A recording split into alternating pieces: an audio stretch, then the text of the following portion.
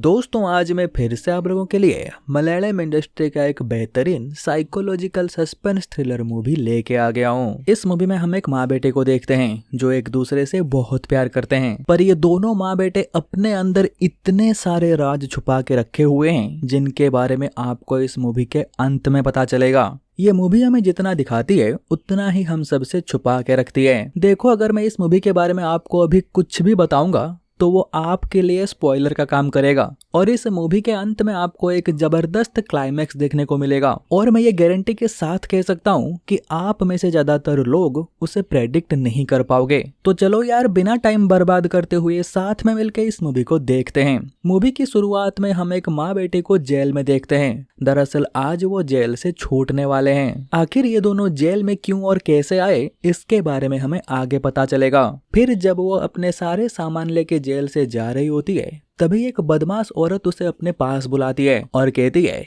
ये मेरा नंबर है, तू अपने पास रख और हाँ, बाहर जाके मुझे कॉल करना। दरअसल ये जो बदमाश औरत है ये बाहर प्रोस्टिट्यूशन का रैकेट चलाती है और उसका कहना ये था कि उसी के वजह से आज ये जेल से छूट रही है। फिर हम देखते हैं ये दोनों जेल से बाहर आ जाते हैं। दोस्तों, इस पूरे वीडियो में मैं इन दोनों को सिर्फ माँ बेटे कह के ही मेंशन करूंगा क्योंकि इस पूरी मूवी में इन दोनों के कई सारे नाम होते हैं और उनमें से एक भी नाम असली नहीं है। फिर जेल से बाहर निकलने के बाद सबसे पहले वो काम ढूंढने लग जाती है और उसे गांव में एक छोटे से होटल में काम मिल भी जाता है। इसके काम पे आने से पहले उस होटल का हालत बहुत खस्ता था, पर जैसे ही वो काम संभालती है वो होटल अच्छी खासी चल पड़ती है। तो एक दिन जिस बुजुर्ग आदमी का वो होटल था वो इन दोनों से कहता है, कल से तुम दोनों मेरे साथ मेरे घर में रहोगे, तुम्हें अब इस होटल में सोने की कोई जरूरत नहीं है।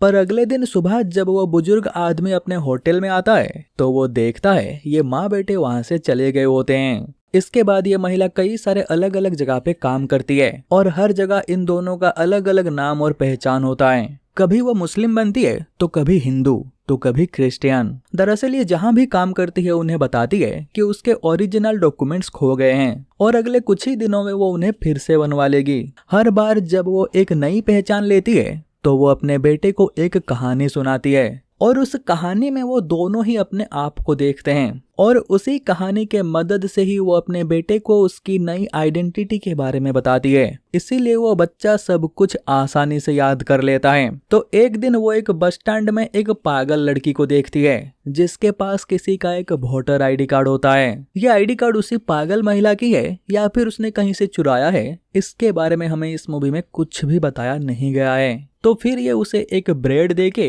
उस आईडी कार्ड को ले लेती है। फिर ये उस आईडी को अपनी पहचान बना लेती है और अखबार में काम ढूंढने लग जाती है। तभी उसे एक मेड की रिक्वायरमेंट की एड दिख जाती है। फिर वो अखबार में दिए हुए नंबर पे कॉल करके उन्हें कहती है कि वो इस काम के लिए इंटरेस्टेड है। तो सामने वाला बंदा उसे समझाता है कि आखिर उसे काम क्या करना है। दरअसल एक खड़ूस बुढ़ी है, तुम्हें उसकी देखभाल करनी है। वो अपने घर में अकेली रहती है, उसके बेटे बहू नाती पोती सब फॉरेन में रहते हैं। तुम कल अखबार में दिए हुए एड्रेस पर 11 बजे से पहले पहुंच जाना। दरवाजा खुला होगा, तुम सीधा अंदर चले जाना और ठीक 11 बजे उसका बेटा तुम्हें लैंडलाइन पे कॉल करके सारा काम समझा देगा। फिर ये माँ बेटे 11 बजे से पहले वहाँ पे पहुँच जाते हैं और क्योंकि दरवाजा खुला था ये दोनों घर के अंदर चले जाते हैं। फिर वो देखती है वो बुढ़ी औरत आराम से अभी सो रही होती है और तभी 11 बज जाते हैं और एब्रोड से उसके बेटे का कॉल आ जाता है। वो उसे कहता है, मेरी माँ किसी से भी ज्यादा बात नहीं करती है और वो थोड़ा गुस्सैल भी है, इसीलिए तुम थोड़ा उससे बच के रहना। इतना कहने के बाद वो कॉल कट कर देते हैं और फोन को रख के जैसे ही वो पलटती है वो अपने सामने उस बुढ़िया को देखती है। दरअसल वो बुढ़िया एक व्हीलचेयर में बैठ के इन दोनों के ऊपर गन तानी हुई होती है। ये देख के ये दोनों माँ बेटे डर जाते हैं, पर फिर भी साहस जुटा के वो उस बुढ़िया से कहती है कि माँ जी, आज से मैं यहीं पे काम करूंगी, मुझे आपकी देखभाल के लिए यहाँ पे रखा गया है। फिर वो बुढ़िया गन को नीचे कर देती है और उसे ऑर्डर देते हुए कहती है, जाओ मेरे लिए जल्दी से खाना बनाओ, मुझे बहुत जोर से भूख लगी है। फिर ये फटाफट से उस बुढ़िया के लिए खाना बना देती है। फिर रात को जब ये माँ बेटे सो रहे होते हैं तब वो बच्चा अपनी माँ से कहता है, माँ आप इस बुढ़िया के साथ कुछ करने वाले हो क्या? तो जवाब देते हुए वो कहती है, देखते हैं आगे चल के क्या होता है, अगर जरूरत पड़ी तो कुछ करेंगे, अभी के लिए रहने देते हैं। फिर अगले दिन हम देखते हैं कुछ बच्चे इस बुढ़िया के यहाँ आम चुराने आते हैं और अचानक से वो बुढ़िया उन बच्चों के ऊपर अपनी बंदूक से फायरिंग करने लगती है और फायरिंग का साउंड सुनते ही वो बच्चे डर के मारे यहाँ से भाग जाते हैं। ये सब देख के वो महिला बहुत डर जाती है और वो गुस्से में उस बुढ़िया से कहती है, ये सब क्या पागलपन है, अगर गोली लग जाती तो कोई बच्चा मर भी सकता था। तो वो बुढ़िया उसे बताती है कि अभी जो उसने फायर किया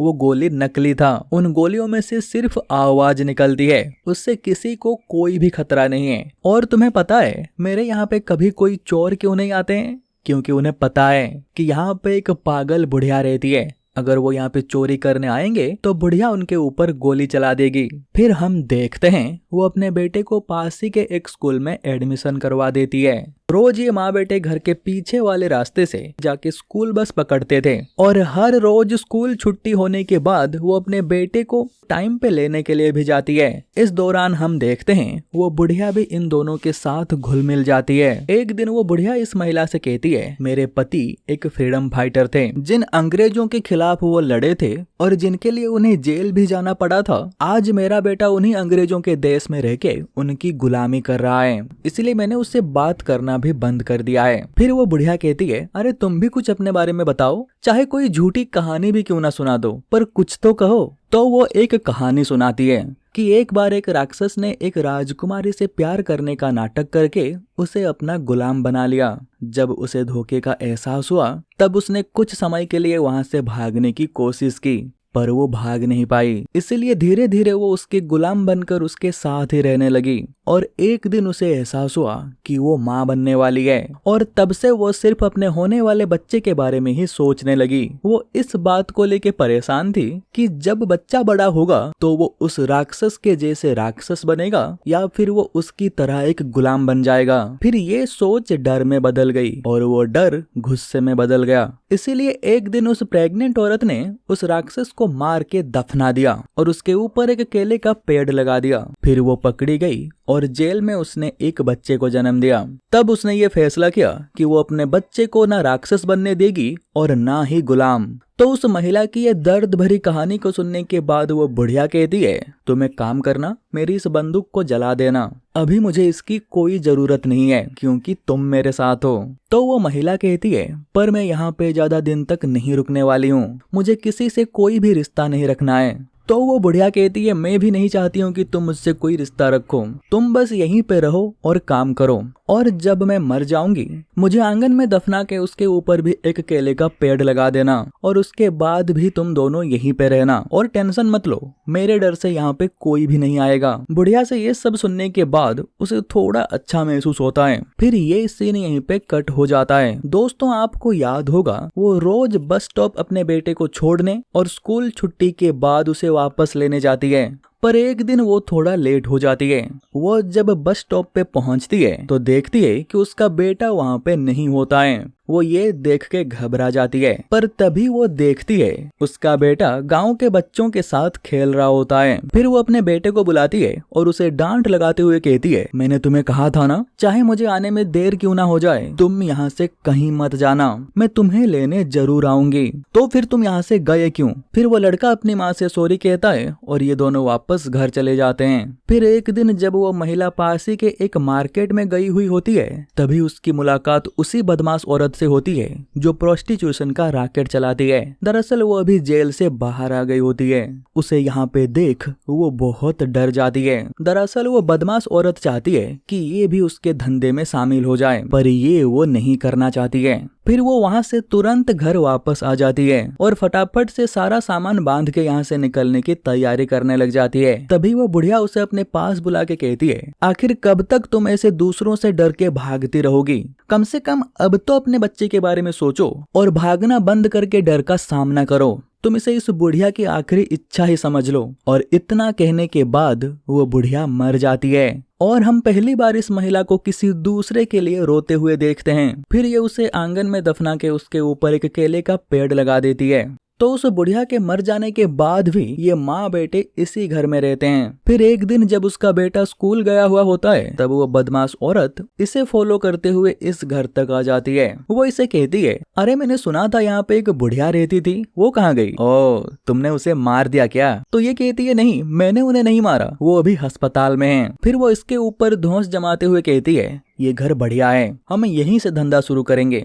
फिर वो जैसे ही थोड़ी देर के लिए घर से बाहर जाती है, ये घर के अंदर से ही उसके ऊपर गोली चला देती है, पर इस बार उसने बंदूक में असली गोली डाल के फायर किया था। फिर वो उसकी बॉडी को ठिकाने लगा देती है और तभी उसे इस घर का केयरटेकर कॉल करके बताता है कि आज उस बुढ़िया की ग्रैंडसन और उसकी वाइफ उससे मिलने गाँव आ रहे हैं, तुम घर की साफ सफाई अच्छे से करके रखना। तो ये उस केयरटेकर से पूछती है कि वो कब तक यहाँ पे पहुँचने वाले हैं। तो सामने से जवाब आता है कि वो अगले कुछ ही घंटों या फिर कुछ मिनट्स में वहां पे पहुंच सकते हैं। ये सब सुनने के बाद वो बहुत डर जाती है। वो घड़ी देखती है तो अभी 4 बज रहे होते हैं, मतलब अभी उसके बेटे के स्कूल से आने का टाइम हो गया है। और इससे पहले कि वो अपना सारा सामान लेके यहाँ से भाग पाती, वो लोग यहाँ पे आ जाते हैं। और दूसरी तरफ उसका बेटा भी स्कूल बस से उतरकर वहाँ पे अपनी माँ का इंतजार कर रहा होता है। वो उस जगह को छोड़ के कहीं नहीं जाता है। और दूसरी तरफ हम उसकी माँ को देखते हैं जो दरवाजे के पास गन तान के खड़ी हो जाती है। फिर जैसे ही एक बंदा दरवाजा खोलता है, हमें गोली चलने की आवाज सुनाई देती है। और दूसरी तरफ हम अभी भी उस बच्चे को अपनी माँ का वेट करते हुए देखते हैं।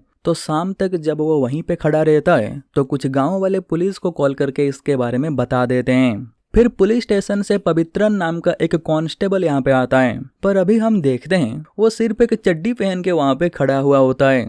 पवित्रन जब इसके बारे में गांव वालों को पूछता है तो वो बताते हैं, पहले हमने इसे स्कूल यूनिफॉर्म में देखा था, पर बाद में कपड़े किधर गए उसके बारे में हमें कुछ भी पता नहीं है।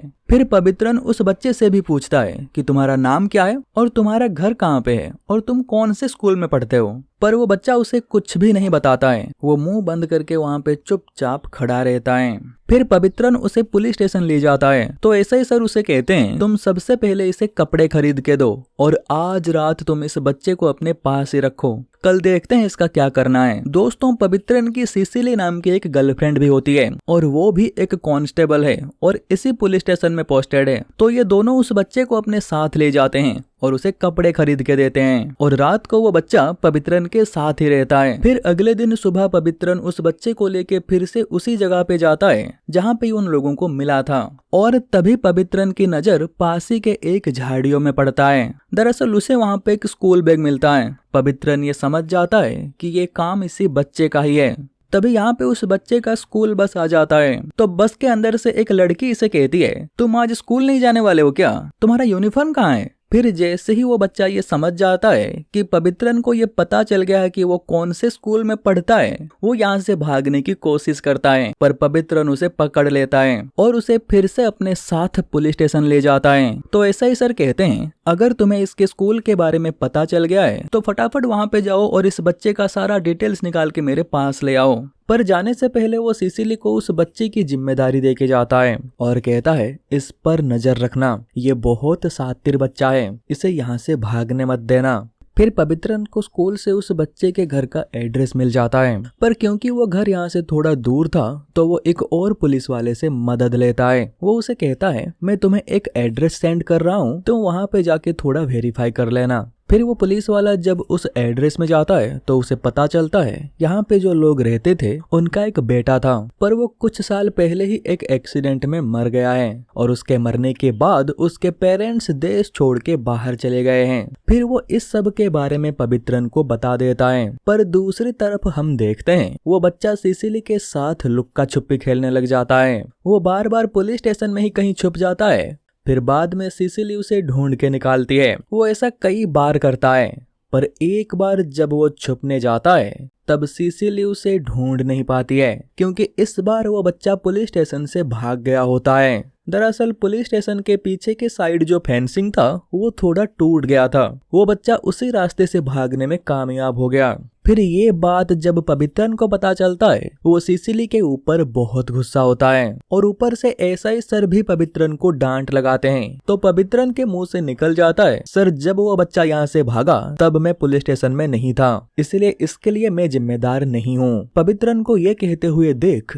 सिसिली को बहुत बुरा लगता है। फिर सिसिली पवित्रन से ब्रेकअप कर लेती है। फिर देखते ही देखते 7 साल बीत जाते हैं। फिर 7 साल बाद वो बच्चा जो अभी थोड़ा बड़ा हो गया होता है वो फिर से लौट के उसी गांव में आता है। फिर जब वो कुछ गांव वालों से उस घर के बारे में पूछता है तो वो लोग उसे बताते हैं कि अभी उस घर में कोई भी नहीं रहता है। दरअसल पहले यहाँ पे एक बुढ़ी रहती थी, पर उसकी देखभाल के लिए जो औरत उसके साथ रहती थी उसी ने उसे जान से मार डाला।